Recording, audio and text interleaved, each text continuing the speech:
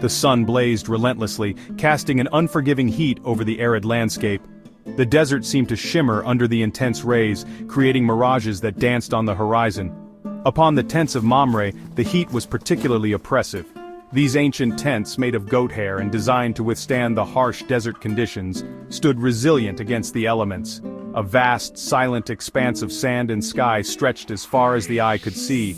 The endless dunes rolled like waves frozen in time, their golden peaks contrasting sharply with the deep blue of the sky. The horizon seemed to blur where the earth met the heavens, creating a seamless blend of colors and textures. It was a landscape both beautiful and unforgiving, a testament to nature's raw power. Abraham, a man of deep faith and unwavering resolve, sat at the entrance of his tent, seeking respite from the midday heat. His weathered face told stories of countless days spent under the same scorching sun. He lifted his aged eyes, scanning the horizon with a sense of anticipation. The desert, though vast and empty, was never devoid of surprises. Suddenly 3 figures appeared in the distance, their forms shimmering in the heat waves. They moved steadily, their presence breaking the monotony of the endless sands. Abraham felt a surge of hospitality rise within him. In this harsh environment, the arrival of strangers was a significant event. He didn't hesitate for a moment. He rose to his feet and hurried towards the strangers, his heart filled with warmth and a desire to serve. His steps were quick, driven by a deep-seated tradition of welcoming guests. He bowed low before them, offering them water to wash their feet and rest in the shade of his tent. In the desert, such acts of kindness were not just gestures of goodwill, but essential for survival. Abraham's hospitality was a beacon of hope in the vast, unforgiving desert. Abraham rushed back to Sarah, his voice filled with excitement. "Sarah, we have visitors!" he exclaimed, his eyes shining with the joy of unexpected company. "We must show them our hospitality. Quick," he said, "prepare some bread, and let us show these travelers kindness."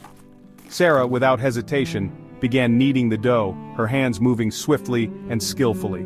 She knew the importance of this task, for in their culture, hospitality was not just a duty, but a sacred tradition. Sarah, though old, moved with a youthful energy, her heart echoing her husband's generosity. Her wrinkles seemed to fade as she worked, replaced by a glow of purpose and joy. She was determined to make the best bread she could, to honor their guests. She knew the importance of welcoming strangers in their nomadic culture. It was a way to build bonds, to share stories, and to show respect. Every guest was a potential friend, and every meal a chance to create lasting memories. Abraham selected a choice calf from his herd. He took his time, choosing the best one, for nothing less would do for their honored guests. The calf was a symbol of their wealth and generosity, a gift to show their respect and gratitude. He instructed his servants to prepare a lavish meal, a true feast for honored guests. The servants moved quickly, their hands flying as they prepared the food.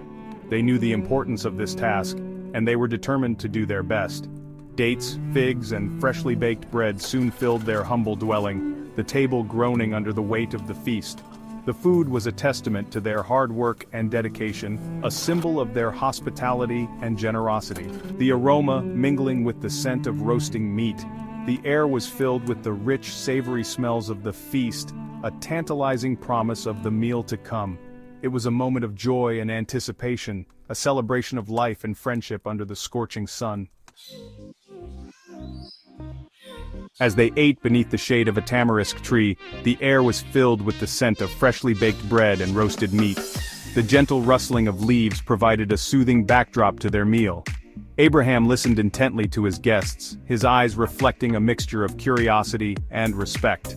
He knew these were no ordinary visitors. Their words carried an air of authority and wisdom, each sentence laden with meaning and purpose. It was as if they spoke not just to Abraham, but to the very soul of the world. One of them, the one who seemed to lead the conversation, turned to Abraham. His presence was commanding, yet there was a gentleness in his demeanor. His eyes held a depth that seemed to pierce through Abraham's very being, revealing truths that lay hidden in the recesses of his heart. "Abraham," the stranger spoke, his voice resonating with power and grace, like the echo of a distant thunderstorm that both awes and humbles. "I am the Lord. I have come to fulfill my promise to you." The words hung in the air, heavy with divine authority and promise. In that instant, Abraham understood. He was in the presence of the divine. The realization washed over him like a tidal wave, leaving him breathless and overwhelmed. His heart swelled with awe and reverence. He felt a profound connection to the universe, as if he were a part of something far greater than himself. The moment was both humbling and exalting, a divine revelation that would forever change the course of his life. The weight of the revelation hung heavy in the air, yet a sense of joyous anticipation replaced any fear in Abraham's heart. He had waited patiently for the Lord's promise to be fulfilled, and now, after years of unwavering faith, the moment had arrived. Abraham and Sarah exchanged a knowing glance. Their aged faces, etched with years of hardship and longing, now shone with hope. The feast before them transformed from a simple act of hospitality into a sacred celebration. They were breaking bread with God Himself.